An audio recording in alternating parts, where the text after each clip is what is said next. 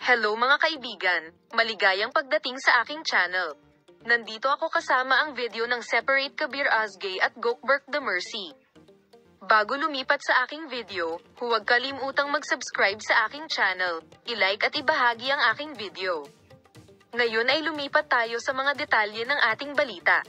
Sinalubong ng Turkish actor na sina Özge Yildiz at Gokberk The Mercy ang bagong taon sa isang nakakaantig na paraan sa pamamagitan ng pag-anunsyo na sila ay nagkaroon ng kapayapaan pagkatapos ng mga tsismis na may mga problema sa kanilang relasyon.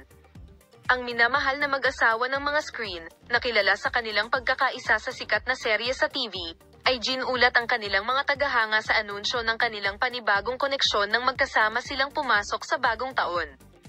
Sa mga nakalipas na buwan, ang mga haka-haka tungkol sa tensyon sa relasyon nina Özge Yildiz at Gokberk The Mercy ay lumikha ng kawalan ng katiyakan sa mga tagahanga. Gayunpaman, sa pag-aayos ng mag-asawa sa bisperas ng bagong taon, nagpasya silang isantabi ang mga tsismis at ibahagi ang isang masayang sandali sa kanilang mga tagasunod. Sa kanilang pinagsamang pahayag sa kanilang social media account, ipinahayag nina Özge Yildiz at Gokberk The Mercy ang kanilang kaligayahan sa pagsisimula ng bagong yugto ng kanilang buhay sa positibong paraan. Sa pahayag, nais naming ibahagi ang masayang balita na nagkaroon tayo ng kapayapaan sa pagsalubong sa bagong taon. Ang aming paglalakbay ay nagpapatuloy kasama ng pag-ibig, pag-unawa at karaniwang mga pangarap. Pinahahalagahan namin ang suporta at pagmamahal ng aming mga tagahanga sa prosesong ito. Pinagagaling ng oras ang lahat.